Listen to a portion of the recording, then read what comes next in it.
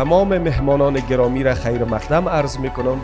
خوش آمدید به محفل افتتاحیه آپارتمان های VIP گلبهار سنتر. ما افتتاحیه را خواستیم با شکوه در یک محفل کوچک اما خودمانی بگیریم. گلبهار اینوستمنت همیشه او هر کله واړي چې ښه کیفیت خدمات وړاندې کړي ټولو مشتریانو ته.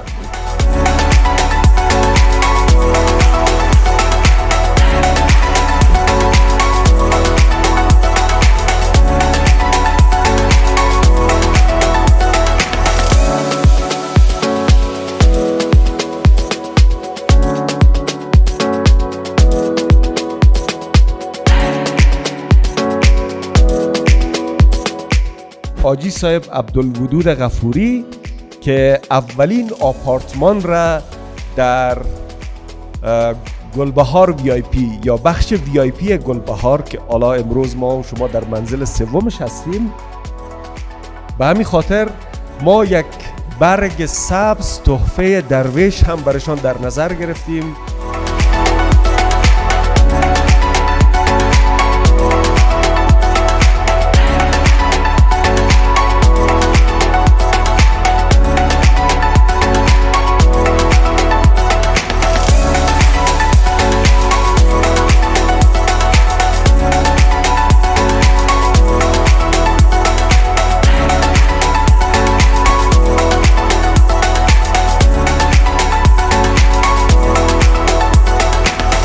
گلبهار سنتر، تمرکز بر کیفیت.